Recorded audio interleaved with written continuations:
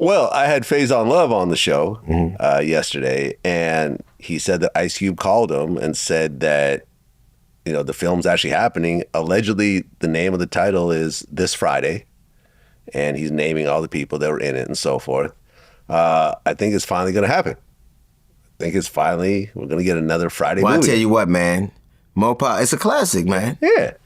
I mean, to me, listen, there are very few movies in that genre. I thought that Godfather 2 was better than Godfather 1. I agree. I thought the second Friday was as good as the first one.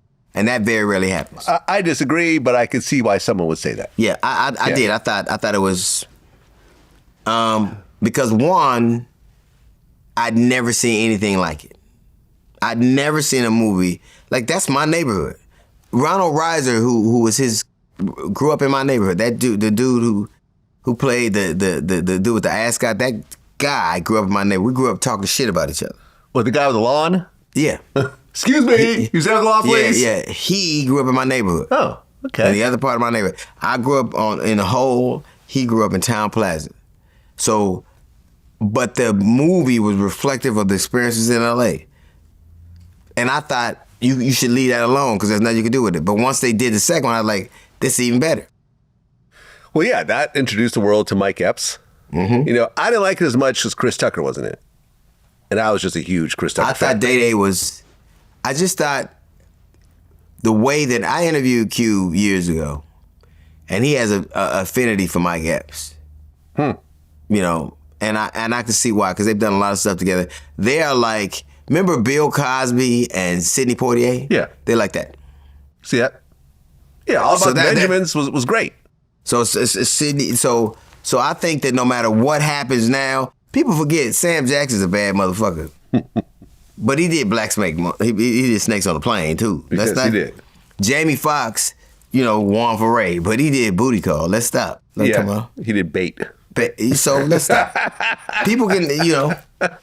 I'm not saying he's on that level, but I am saying that he has made movies that I fuck with. Well, when I interviewed Faison and we talked about the whole thing with Aries, he actually brought him up. And he basically did a breakdown. He's like, well, look, when you look at the cultural impact of Ice Cube in terms of people, I saw it. You know, he starts naming everybody, you know, Mike Epps, Cat Williams, Chris Tucker, himself, Faison, like all these people. He's like, okay, well, what about Aries? Well, what does he contribute? And I'm like, Aries is a great stand-up. He did Mad TV. What would the culture be without an Ice Cube? Yeah, you definitely wouldn't have NWA without Ice Cube.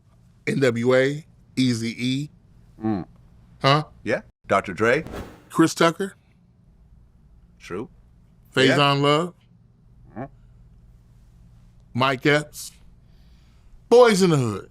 Cat Williams. Cat Williams. Say Cat Williams. That was his first movie role, right? Yeah. Yep. Boys in the Hood. Yep. The movie and the song. John Singleton. John Singleton.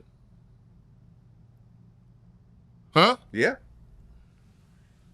Now, what would the culture be without Raccoon Blood? Aries Spears. What has he contribute to the culture? Mad TV. Come on, no. Mad TV. No. He's a great stand-up. How about He's a great stand-up comedian. No. Yes, he is. Come on, Vlad, you gotta be honest. I am honest. I said, how could the culture go on? He's a fucking spectacular stand-up. That's what I said. Here's the thing. When we're talking about Ice Cube, World Series, when he did the World Series and had everybody, you know, vibe, and that was so L.A., and then they tried to do New York Yankees with Fat Joe, it just wasn't. He's imbued in the psyche and the fabric of Los Angeles. So it's harder, and I think because Aries is from the East, I think he has a more traditional perspective about what hip hop is. Like ours is greasier. You know what I mean? They're the brightest human beings I've ever met, the most erudite human beings I've ever met are from the East. But the most soulful, humane, connected people I've ever met, like, are from the West. Like, you got to remember, yeah, you had Martin Luther King And you had, civil rights leaders that were out that way. But the Black Panthers started here. Mm-hmm. Yeah. And in addition to standing up to the government, they gave people free lunch. The free lunch program in America started because niggas decided we wasn't having this no more. Black men, in their response to their treatment of the Klan, fostered this thing that the American government followed and gave everybody free lunch. What did the Klan do to inspire anything?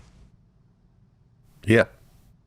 I mean, tiki torches and fire. I mean, I guess that's good, but the fact that they were so politically adept, so astute, and also did something that in their wake left them better. Like somebody said this before, we still got the Klan, we still got white nationalists. We don't have Black Panthers anymore, not to that degree.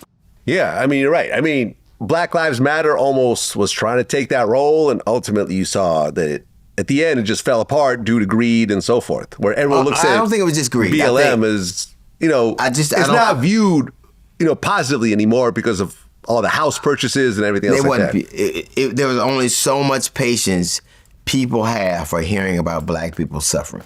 This country does not have a long history of that. So it's just, I think that they're just like Kamala. We could say whatever, a campaign, they were not going to vote for a black woman. They weren't. And I think that there are black men in this country and Latin men in this country who inherently believe that white men are superior.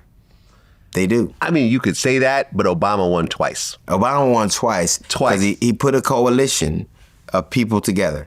And you know what the interesting thing about that statistic is? A lot of people that voted for Obama voted for Trump. That's not me. Look it up. I believe you. A lot of people that voted for Obama voted for Trump. I don't try to go against your stats. Right. I've tried it before. I've always So failed. what does that say to you? Yeah. What it says to you is we tried it. Well, listen, I voted for Kamala. I felt there was not an excitement over Kamala the way there was over Obama. Like, honestly. There just was not an excitement. I feel like you kind of knew who Obama was. You didn't really know who Kamala was. She was very guarded. She did very controlled interviews. You didn't really get a feel for who she was as a person. You didn't see her vulnerability. You didn't see her real personality. She's better than a dude who's accused of pedophilia. I'm not saying that. I'm not saying that's not true, but at least you knew who he was. No. Here's the thing. When it comes to black people, particularly black women, they have to be a couple of things. And I have to own the part I played in this. So we've talked about this. Mm-hmm. I always feel bad about saying the things I said before I had a conversation with her. Right, saying that she got a bunch of black men locked up when she was a DA. And you don't get to buy that back. Yeah. So I have to take my part in the part I played and the way people saw her. Like you got 10, 12 million people listen to you, then you might some of the things you say might be heard. But I think it was, and the thing I can't reconcile with myself is how willingly I did it.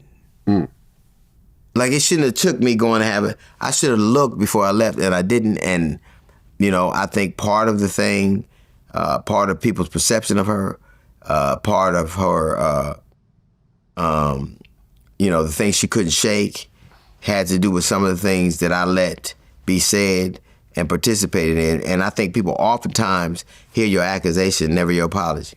And so that's something I'll have to own.